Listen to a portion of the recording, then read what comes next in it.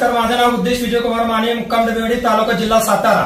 हे माझे मोठे बंधू युवराज नथुसो माने, माझे लहान बंधू सनील हिंदूराव माने। आम्ही गेले 125 वर्ष या डबेवाडीमध्ये वास्तव करत आहे कुटुंब। हे तहसीलदार, माननीय तहसीलदार, कलेक्टर ऑफिस यांना सगळ्यांना माहिती असून स्टे वगैरे आमच्या जमिनीमध्ये आहे। ही गोवर्धन संस्था वाई विरुद्ध आम्ही माने कुटुंब हे गेले 42 वर्ष आमचा वाद चालू आहे।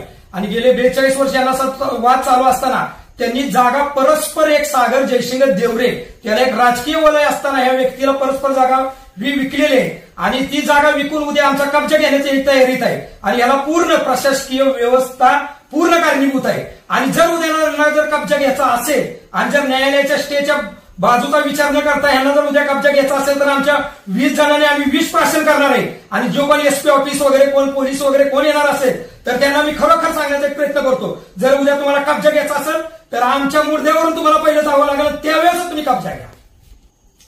गेले तहसीलदार साहेबांना मी 24 तारखेला एक अर्ज देऊन सुद्धा माहिती घ्या, तुम्ही ह्या माहितीच्या आधारे तुम्ही ही करा, पण तहसीलदार साहेबांनी कोणतीही माहिती न घेता डायरेक्ट कब्जेची ऑर्डर आम्हाला दिली।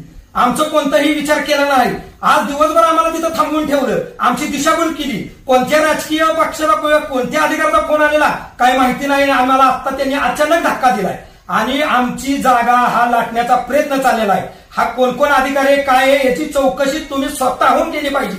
आमच्या गरीब कुटुंबावर हे अन्याय करतात आता सध्या। आणि उद्या खरंच जर उद्या 11 वाजता आम्ही सगळीजण आत्महत्या करणार आहे आणि याला प्रशासकीय अधिकारी, एसपी, जे कोणी अधिकारी आहेत ते कारणीभूत असणार ह्याला।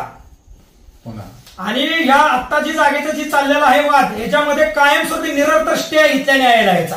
सुप्रीम कोर्टामध्ये आता पेंडिंग आहे केस, हायकोर्टामध्ये म्हणजे रिव्हिजन आमचं दाखल आहे। तर माननीय कलेक्टर ऑफिस माने साहेब यांच्याकडे आमचे पेंडिंग केसेस आहेत।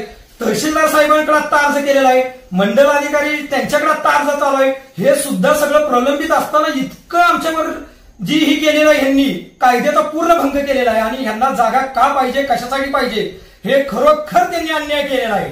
आणि याला आमचा कृपा करून का जर आमचा जर चेहरा वगैरे काही बघायचा असेल किंवा आमची लहान मुलं जर तुम्हाला ही पाहिजे असेल, उद्या मी लहान मुलांसहित आम्ही आत्महत्या करणार आहे।